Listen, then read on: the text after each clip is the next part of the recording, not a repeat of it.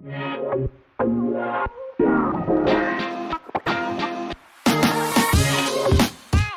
in this podcast by Audio Attic, we're going to take a look at the life of Aesop. This is a legendary figure from ancient Greece who is credited with this huge collection of moral stories called Aesop's Fables. Now, the thing about Aesop is that we don't actually know if he was a real person. And now here's why. Okay, so let's take Jesus as example. Jesus was a real person. How do we know? Well, he had books written, the New Testament written about him immediately after his death. People started documenting stories about him. But that's not all. Roman historians had documented his existence. So there's all kinds of references to him as a real person.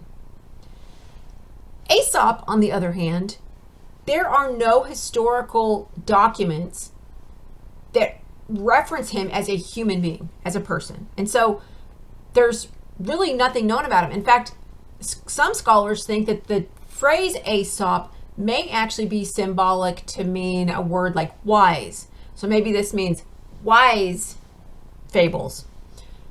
And maybe Aesop wasn't really a person because he's not referenced in any historical documents. And when he is referenced, it's hundreds of years later, people start writing down these stories and calling them Aesop's Fables. Okay, so just so you know, there's that. Now, if he was a real person, here is what historians have collected about him and believe to be true. 6th century BC in Greece, he was a slave who gained his freedom because he was so witty and he could tell such good stories.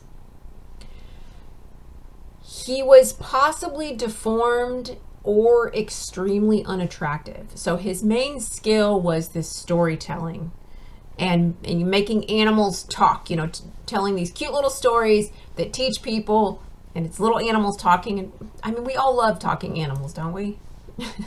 I do. So the claim about his death is that he was executed in Delphi for offending the people there. He was telling some stories, they didn't like it, and they threw him off a cliff. So possibly that could be representative or symbolic of the fact that many times a societal norm rejects the truth. The truth, when the truth and the norm don't match up, people get pissed off. You know what I mean? And so they threw him off a cliff. So, but it could be symbolic, right? That a real person wasn't thrown off a cliff, but that it's representative of truth. Okay. Now, what are Aesop's fables?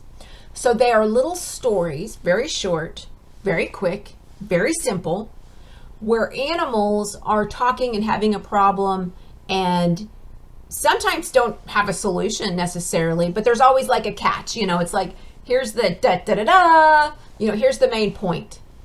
And the wonderful thing about Aesop's Fables is that it can take very complex human problems and simplify them into extremely simple stories that even children can understand. And of course, they're used to teach children writing and listening and wisdom.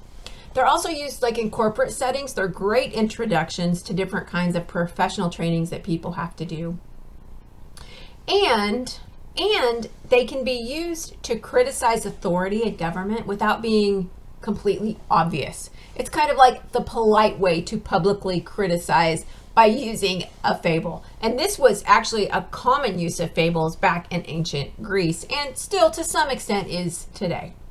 So that's all we know about Aesop. But even if he wasn't real, that really doesn't take away from the value of these stories that we have that have been handed down for literally thousands of years. So if you weren't interested in Aesop's Fables before, maybe you're a little more interested now. And it's a good thing you're here because there's a whole bunch of them following this. Enjoy.